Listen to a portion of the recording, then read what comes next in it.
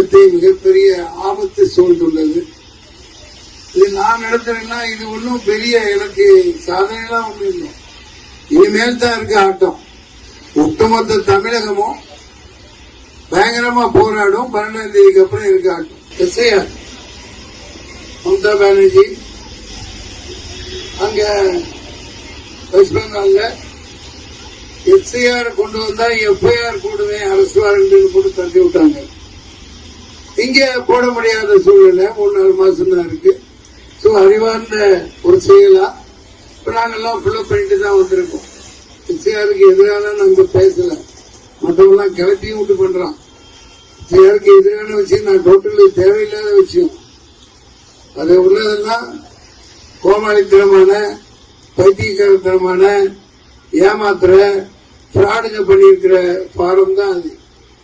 இல்லாட்டி 13ஆவதுல தமிழ்லயே போட்டிருக்கான். பீகார்ல நீ ஓட்டு போட்டுட்டு வந்து இங்க ஓட்டு போடலான்ற மாதிரி போட்டிருக்கான். எந்த பீகார்காரனுக்கு வந்து தமிழ் தெரியும்? எவனுக்கு தமிழ் தெரியும்?